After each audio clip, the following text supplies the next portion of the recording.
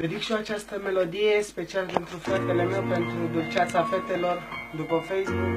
Eu sunt Corrado Catani, ăla jumecher. Auzi. N-a fost zi din viața mea să nu plâng în urma ta. De când ai plecat, iubire, zic că moare tot în mine. Fără tine viața mea niciun rost n-ar mai avea.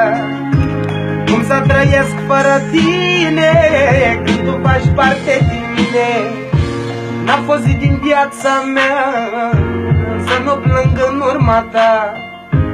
De când ai plecat, iubire, zic că moare totul în mine.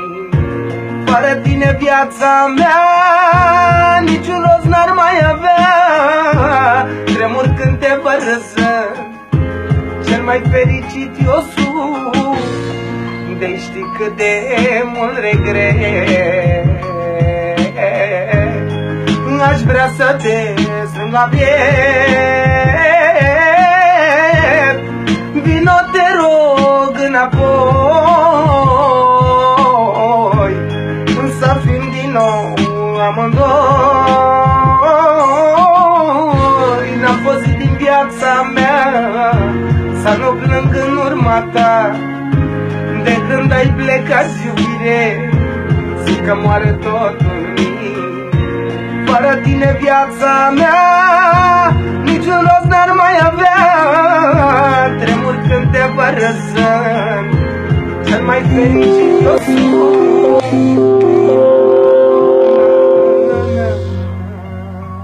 Na na na na na na.